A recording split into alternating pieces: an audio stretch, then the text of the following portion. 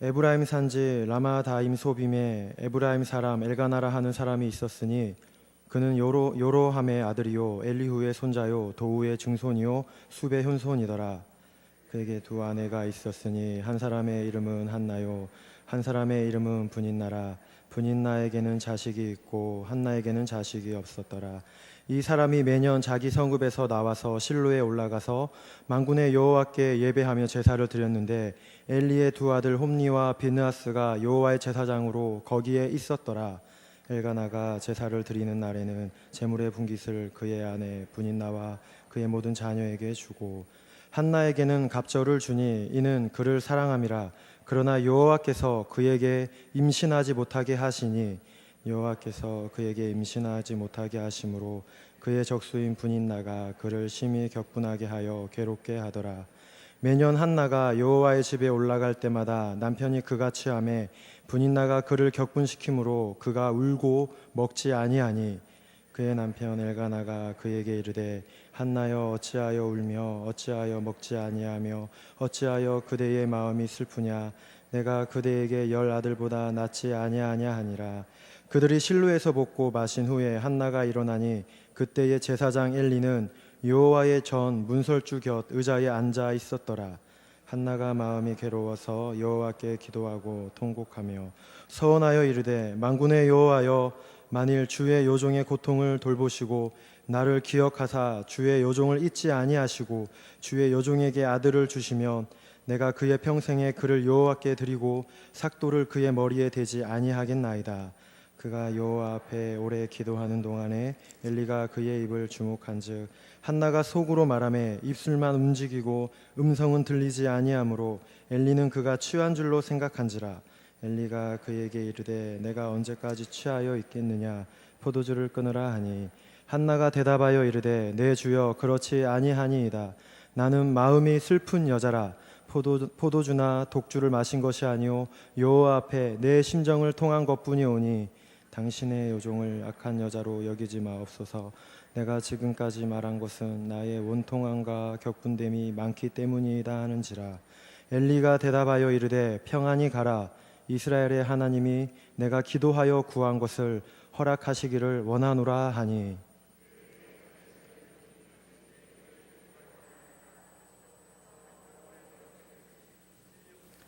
사무엘서는 이스라엘의 통치 체제가 사사들을 중심으로 한 그 지방 체제에서 왕을 중심으로 한 왕권 그 체제로 중앙 체제로 전환되는 그런 과도기를 포함하고 있습니다.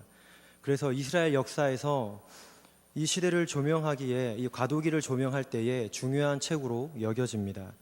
여기에는 우리가 잘 아는 그런 이야기들이 많이 포함되어 있습니다. 어린 사무엘이 하나님으로부터 부르심을 받는 장면, 또 다윗과 골리앗 이야기, 또 다윗과 요나단의 아름다운 우정 그 이야기가 있습니다. 또 다윗과 밧세바 그런 불미스러운 사건도 있습니다. 이런 이야기들은 많은 사람들의 그 상상력을 자극해서 동화와 소설의 소재로도 사용되는 그런 주제가 됩니다.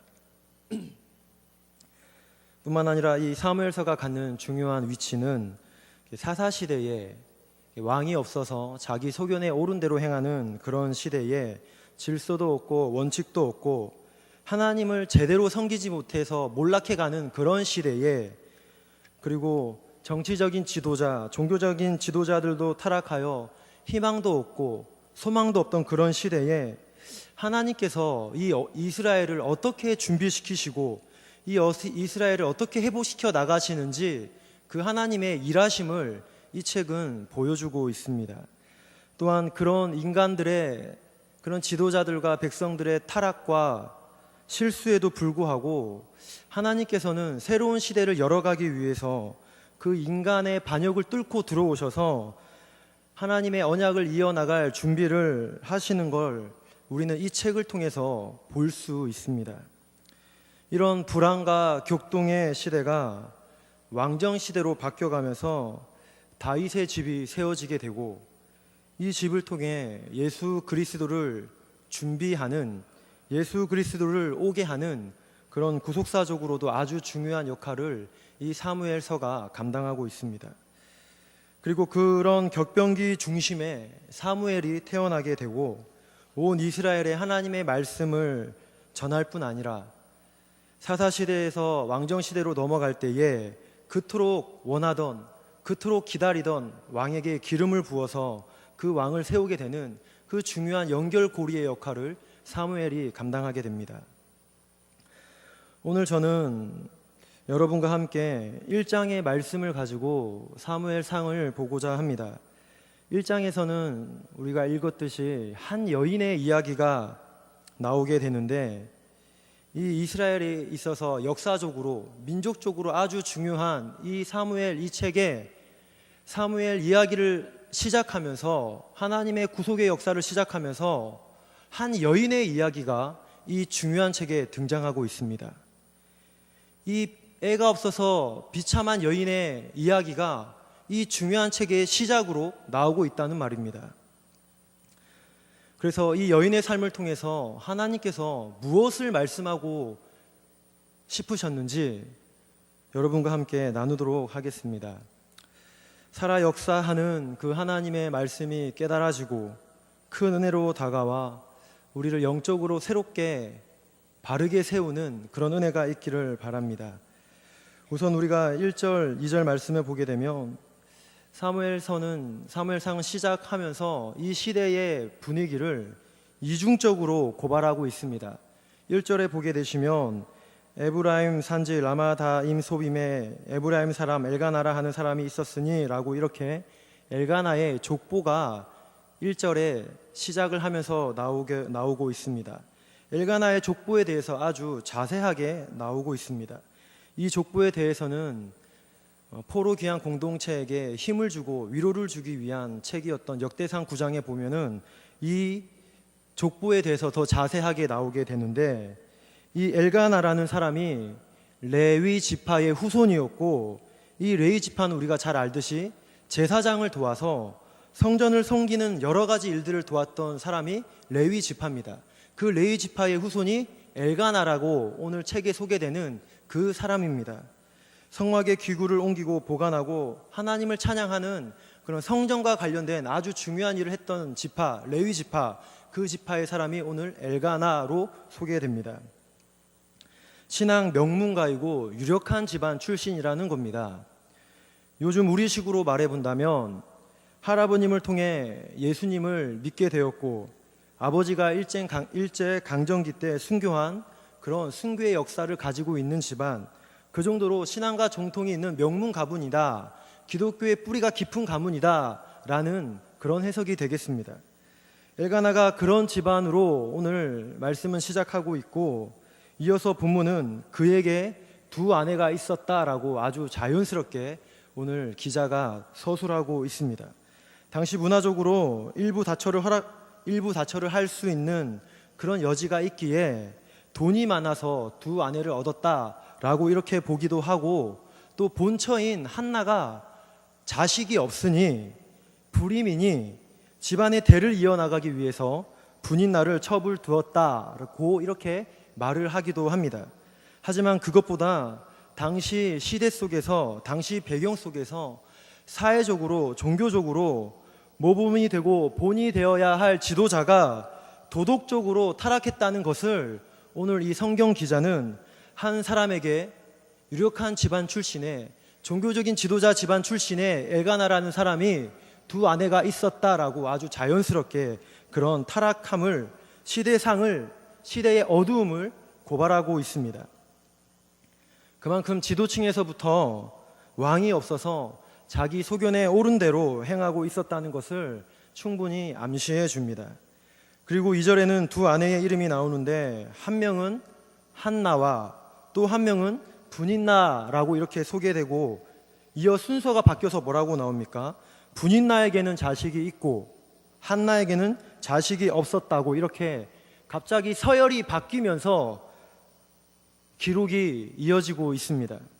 실제 당시 배경상 여자에게 있어서 자식이 없다는 것은 하나님의 저주를 받아서 자식이 없는 것이다, 큰 죄를 지어서 이 여인에게는 애가 없는 것이다.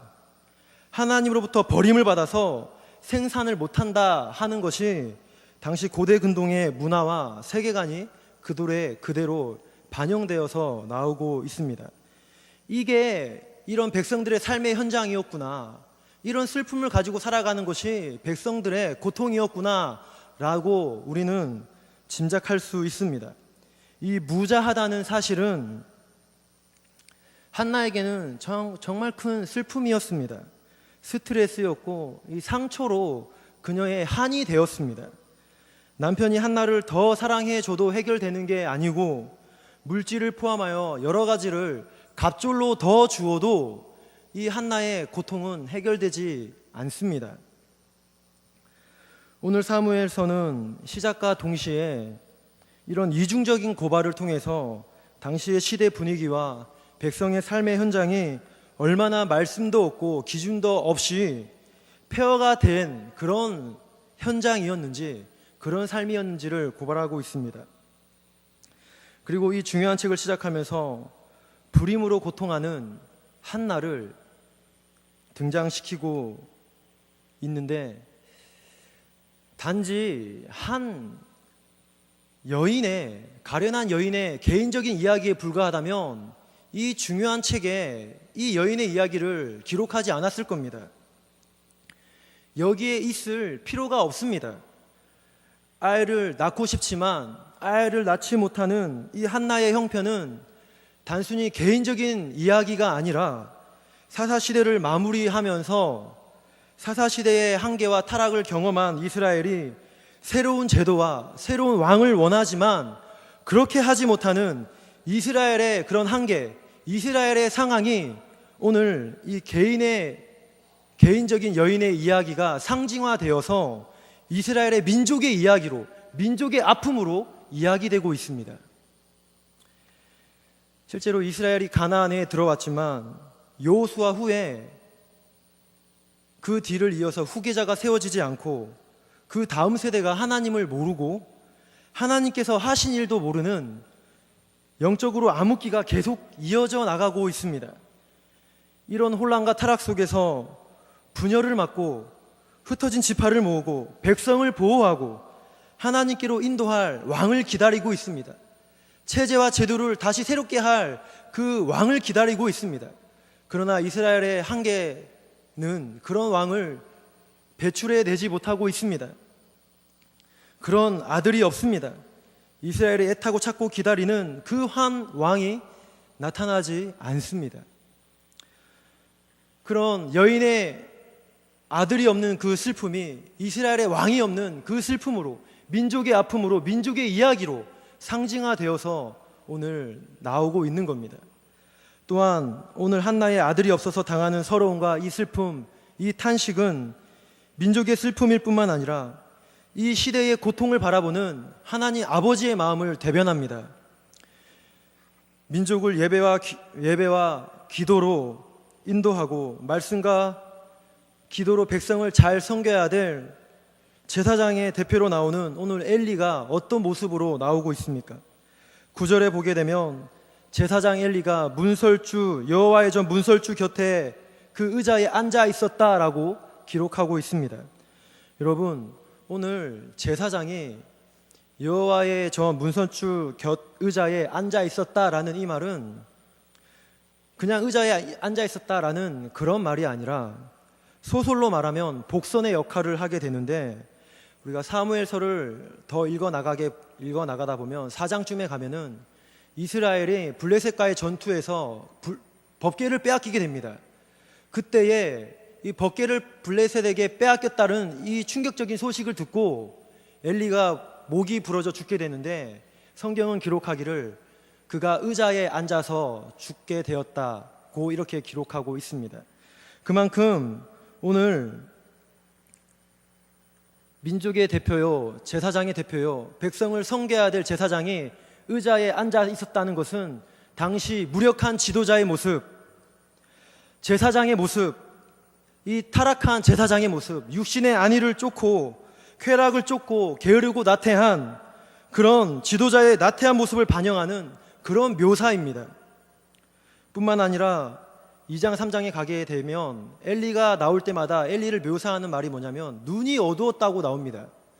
나이가 들어서 시력이 나빠졌다는 그런 의미도 있겠지만 그런 의미를 넘어서 그것보다 지금 제사장이면서도 그만큼 영적인 분별력이 흐려졌다는, 뭐가 옳고 그른지 분별하지 못하는 그 제사장의 영성을 오늘 엉망이 되었다라고, 이렇게 눈이 흐려졌다라고 나오고 있습니다.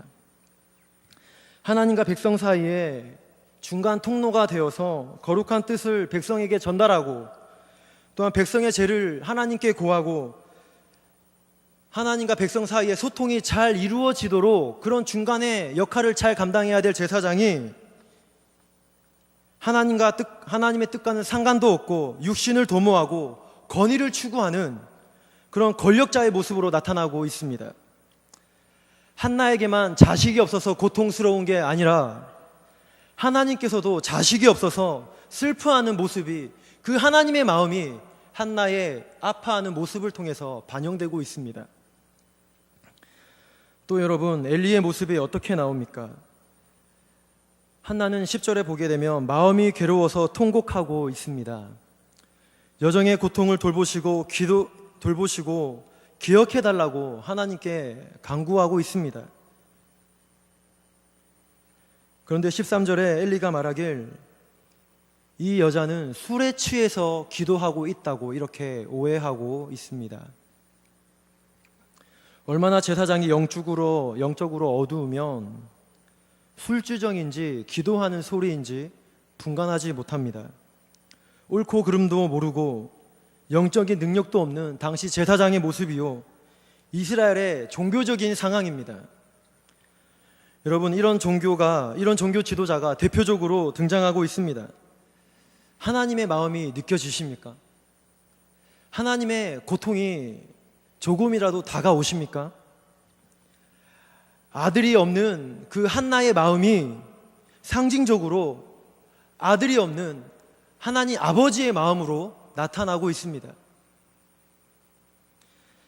3장 1절에 보게 되면 이 시대를 대표하는 그런 분위기를, 그런 말씀이 나오는데, 말씀이 희귀한 시대다라고 이렇게 기록하고 있습니다. 여호와께 묻지 않는 시대였다는 겁니다. 하나님의 뜻이 무엇이고 하나님이 기뻐하시고 하나님이 원하시는 게 무시되는 그런 시대의 모습입니다. 성도 여러분, 그 한나의 마음을 통해서 하나님 아버지의 마음이 오늘 글을 통해서 잘 드러나고 있는데, 오늘 글을 보게 되면 이 글의 구조를 통해서도 하나님 아버지의 마음이 더 절실하게, 더 애타게 느껴진다는 것을 찾아볼 수 있습니다. 오늘 본문을 보게 되면 2절을 보면 분인 나에게는 자식이 있고 한나에게는 자식이 없고 이렇게 나오고, 이어 3절에 보게 되면 엘리의 두 아들 홈니와 비느하스가 제사장으로 거기에 있고, 그리고 여러분 뭐가 나와야 될 것 같습니까? 분인 나에게는 자식이 있고 한나에게는 없고, 엘리의 두 아들 홈니와 비느하스 제사장이 거기에 있고, 또 뭐가 나와야 글의 구조가 완성될 것 같습니까? 없고가 나와야지 완성될 것 같습니다. 있고 없고, 제사장이 거기에 있고 그러나 하나님의 제사장은 거기에 없고 라고 나와야 글의 구조가 완성되는 그런 글의 모습입니다. 그런데 그 없고라는 것이 오늘 빈칸으로 이렇게 가루가 된 채 글이 이어져 나가고 있습니다. 마치 하나님께서 선택한 씨를 통해 자손을 이어가듯이 아브라함이 하갈이 아니라 사라를 통해 언약의 약속을 이어나가는 것처럼 분인 나에게는 있고 한나에게는 없고, 엘리의 아들 타락한 두 제사장은 거기에 있는데 하나님께서 원하시는 제사장, 나의 말씀을 온전히 선포할 제사장은 거기에 없습니다. 오늘 성경 기자는 의도적으로 그 없다는 것을 가로한 채 이렇게 글을 써나가고 있습니다. 성도 여러분, 이런 상황 속에서 오늘 한나가 기도하고 있습니다. 마음이 괴로워서 기도합니다. 엘리가 물으니 15절에 한나가 말하길 나는 마음이 슬픈 여자라, 마음이 슬퍼서 기도하고 있습니다. 자식이 없어서 내가 손가락질 당하니 나의 억울함을 가지고 엎드립니다. 불임의 문제를 가지고 사람들의 말처럼 하나님, 내가 정말 저주를 받아서 자식이 없는 겁니까? 내가 정말 큰 죄를 지어서 자식이 없는 겁니까? 그런 고통을 안고 하나님께 기도하고 있습니다. 내가 정말 저주를 받은 건지, 그래서 자식이 없는 건지 하나님께 자기의 전 존재를 걸고 기도하고 있습니다. 분인나는 지속적으로 격분시키고 한나는 끊임없이 고통당합니다. 정말 내 문제인지를 눈물로 엎드립니다. 매일 조롱당하지만 하나님께서 임신하지 못하게 하셨으니 정말 이게 내 문제인지, 아니면 그게 아니면 이것을 해결해 줄 수 있는 분은 오직 하나님 한 분밖에 없습니다라는 그런 하나님의 주권을 신뢰하며 오늘 한나가 자신의 전 존재를 걸고 기도합니다. 주 안에 사랑하는 성도 여러분, 오늘 이 말씀을 통해 보면 시대의 부흥과 교회의 회복은 대대적인 기도 운동이요, 부흥이요, 거대한 행사로 시작하는 게 아닙니다. 한 사람의 슬픔에서 시작합니다. 그 고통하는 마음에서부터 부흥과 회복이 출발합니다. 교회와 시대를 향해 부어지는 하나님의 사랑은 한 사람의 고통, 한 사람의 눈물에서부터 시작된다는 것을 믿으시기 바랍니다. 애통하는 자가 복이 있습니다. 애통함을 느끼는 시대가 그래도 희망이 있습니다. 한나는 나는 마음이 슬픈 여자라 이렇게 하나님 앞에 토로합니다. 교회에 부어지는 그 긍휼과 자비는 슬픔과 애통에서 시작합니다. 큰 사람, 많은 사람이 아니라 이 슬픔을 느끼고 애통하는 그 한 사람, 그 기도로부터 시작합니다. 오늘 이 여인의 눈물을 통해 침묵하였던 하나님의 뜻이 점점 조금씩 보이기 시작합니다. 어두웠던 이스라엘의 역사가 끝나고 저 멀리서 한 줄기 빛이 밝아오고 있습니다. 새로운 시대를 알리는 그 새벽과 같은 고백이 오늘 이 슬픔을 안고 기도하는 한 여인의 기도로부터, 그 고백으로부터 시작되고 있습니다.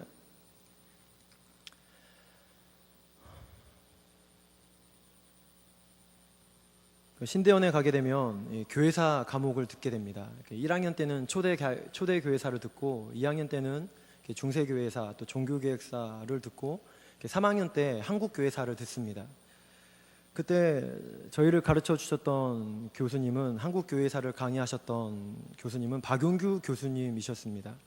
한 번쯤은 이름을 들어보았을 것 같습니다. 2007년도 기억하십니까? 평양대부운동 100주년이라고 해서 2007년을 기준으로 여러 가지 행사들이 한국교회 속에서 대대적으로 그런 행사를 준비했고, 또 많은 준비들이, 그런 기도회와 움직임들이 여기저기서 있었습니다. 1907년도 평양대부운동도 어느 날 갑자기 일어난 운동이 아니라, 당시 역사적으로 보게 되면 인도의 대부흥운동이나 미국의 휘튼 대학에서 일어났던 그런 부흥운동의 그런 역사적인 맥락을 따라서 일어났던 그 부흥운동의 흐름 속에서 이어진 것이 한국의 평양대 부흥운동이었습니다. 그 운동이 또 있기 전에 원산 부흥운동이나 여러 가지 기도회 운동들이 그 1907년도 평양대 부흥운동 기점으로 많은 그런 기도회와 부흥회들이 있었습니다.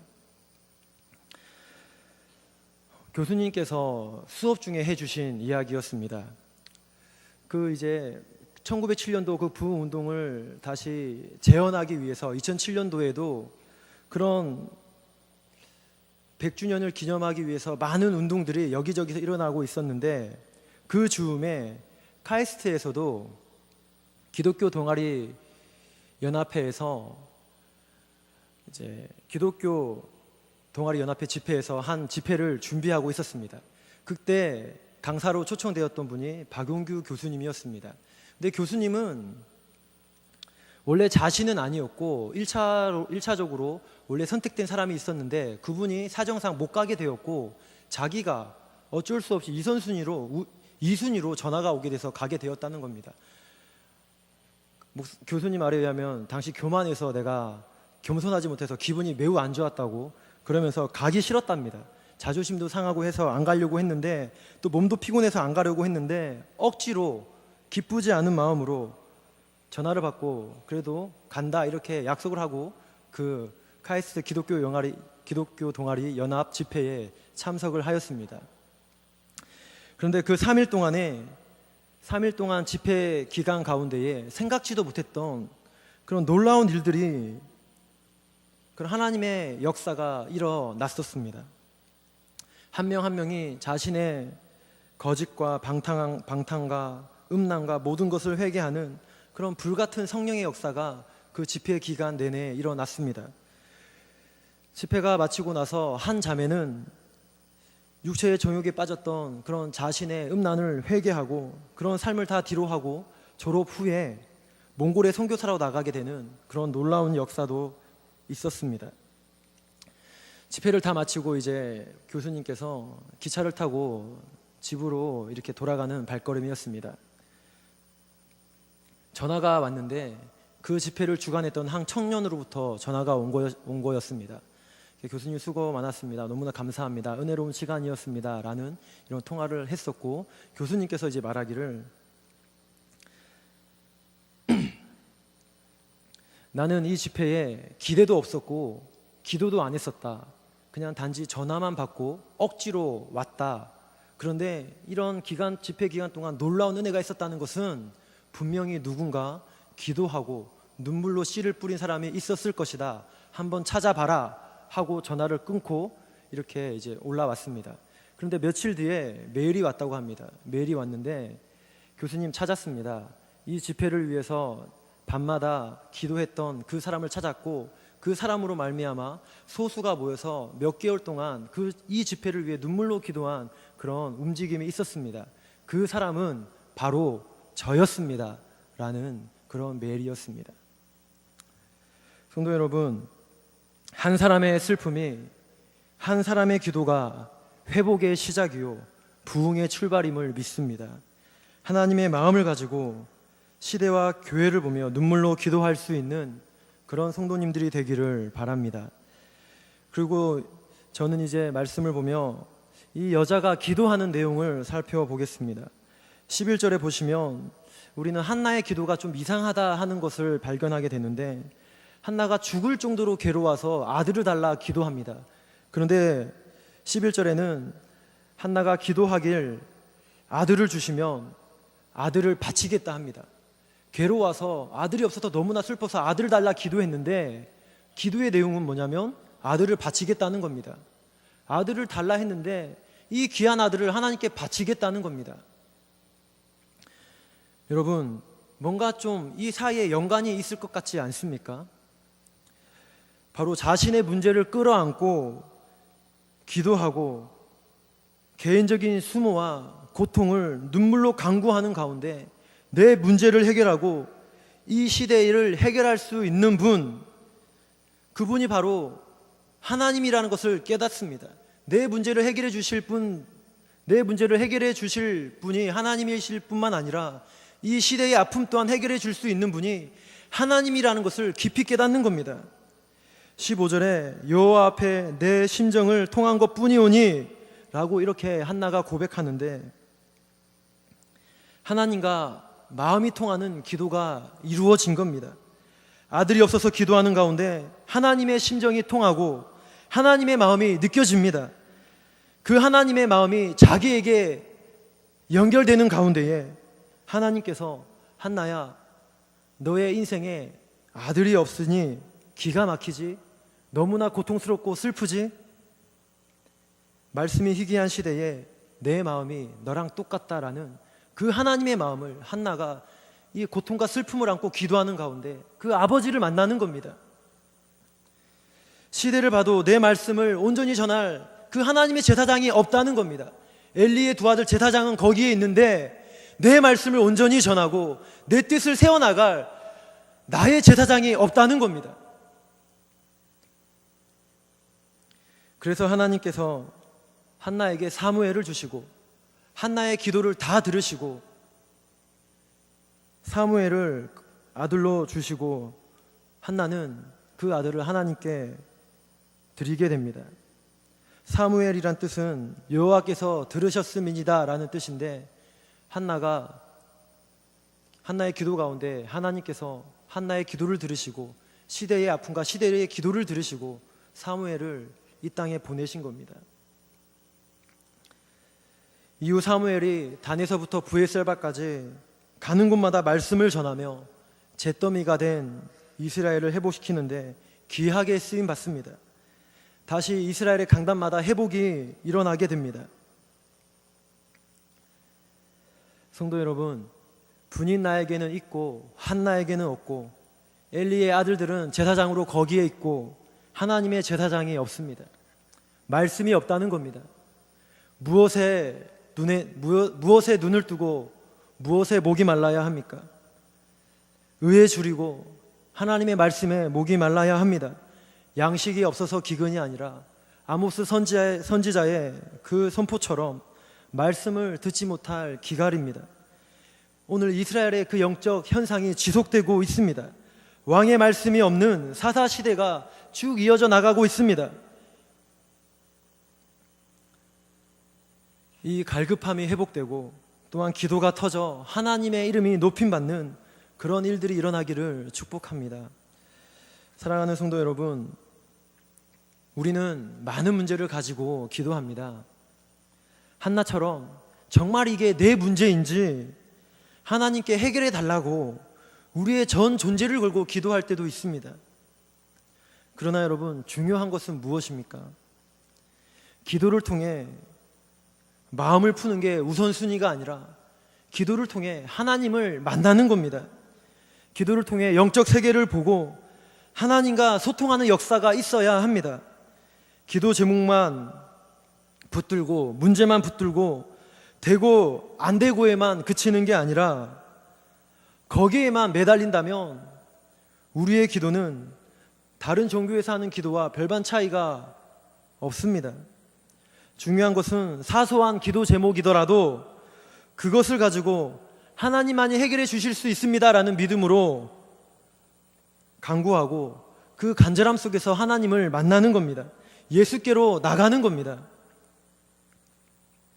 되고 안 되고의 문제가 아니라 하나님의 마음을 아느냐, 하나님을 만났느냐, 하나님과 소통하느냐, 그게 오늘 한나의 기도를 통해서 볼 수 있는 기도의 핵심입니다. 우리에게 많은 문제 있습니다. 기도해야 합니다. 그러나 그 기도를 통해 모든 것의 주권자 되시고 해결자 되시는 그 주님을 만나는 은혜가 있기를, 여호와 앞에 심정을 통하는 은혜가 있기를 간절히 바랍니다. 저는 이제 말씀의 결론을 맺겠습니다. 예배에 방해가 되지 않고 예배에 집중에 방해가 되지 않는 선에서 개인적인 간증이요, 좀 개인적인 이야기를 하고 말씀을 마무리하겠습니다. 제가 대학교 때 군대를 전역하고 나서 대학교 2학년 때 복학을 하게 되었습니다.